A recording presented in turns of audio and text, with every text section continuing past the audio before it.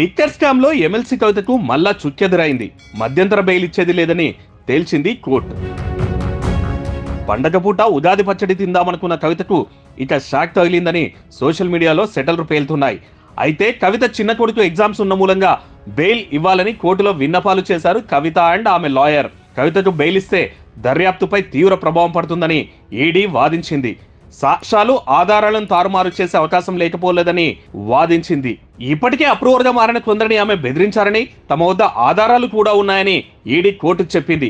ఈ నేపథ్యంలోనే మధ్యంతర బెయిల్ పిటిషన్ కొట్టేయాలని కోర్టుకు విన్నవించింది ఈడీ. ఎన్ఫోర్స్మెంట్ వాదనలు విన్న కోర్టు వారి వైపే మొగ్గు చూపింది. అటు కవిత పెట్టిన మరో సాధారణ బెయిల్ పిటిషన్ పై సిబిఐ స్పెషల్ కోర్టు ఈ నెల 20న విచారణ జరపనుంది. సో బెయిల్ వచ్చేంత వరకు కవిత జైల్లోనే.